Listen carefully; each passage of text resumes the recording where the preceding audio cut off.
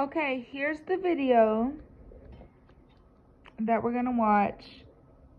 I'm gonna start from the beginning, and I will be going through it a little bit because this guy makes the video so long. Brian Shields, and thank you for all the likes on yesterday's video. All right, let's just get right to it. This is the tropical disturbance we have been watching. My immediate concern is the flooding, the potential of that near Puerto Rico, a little bit more so the Dominican Republic, Haiti, and eventually into Cuba, even parts of the southern Bahamas and Turks and Caicos. We're going to see some flooding and a landslide potential out of this. That is the immediate concern. The second thing I'm watching for is the higher likelihood that this does now become a hurricane in the Gulf of Mexico. It is looking more and more likely that this will work its way to the Gulf of Mexico and then eventually become a hurricane. Now, here's what's going on. Here's Haiti, the Dominican Republic, Puerto Rico, scattered about as we get back toward Guadalupe, up toward St. Martin, back toward the British and U.S. Virgin Islands.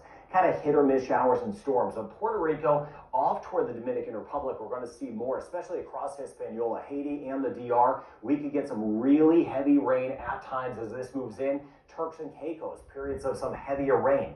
Keep me posted if you do get any flooding. This is not a named system yet, but this is working in with some heavy rain as does strong tropical waves, and then eventually toward Cuba and the Cayman Islands and Jamaica. We may also get some rain out of this because it's so kind of sprawly, it's not super organized. That could give us a better chance of rain. But anywhere from the southern Bahamas, Turks and Caicos, Cuba, on the edge of the Cayman Islands and Jamaica, but mainly to the north, Haiti, the Dominican Republic, and Puerto Rico over the next 3 days, more so though parts of the Bahamas and Cuba. It'll start to cut off in Puerto Rico, but as a whole, over the next 2 to 3 days, life-threatening flooding is a possibility in some areas. There's going to be big-time downpours out of this, watching out for landslides and those dangerous river crossings. So thank you for getting the word out, the Dominican Republic and across Haiti. Those river crossings can get very, very dangerous. It just takes about this much of water to sweep away a vehicle, and I'm talking about some sort of a four-wheel vehicle, let alone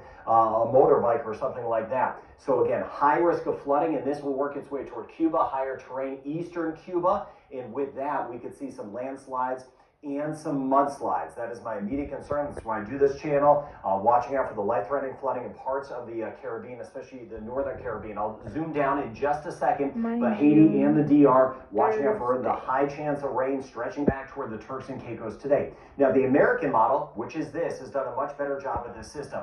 The American model did a better job with Beryl. The European model has been doing terrible this year. Frankly, over the last 4 years, it has not done as well. So the American model has been winning out, and you see the rain here. And you see how it kind of stretches back toward Jamaica tomorrow.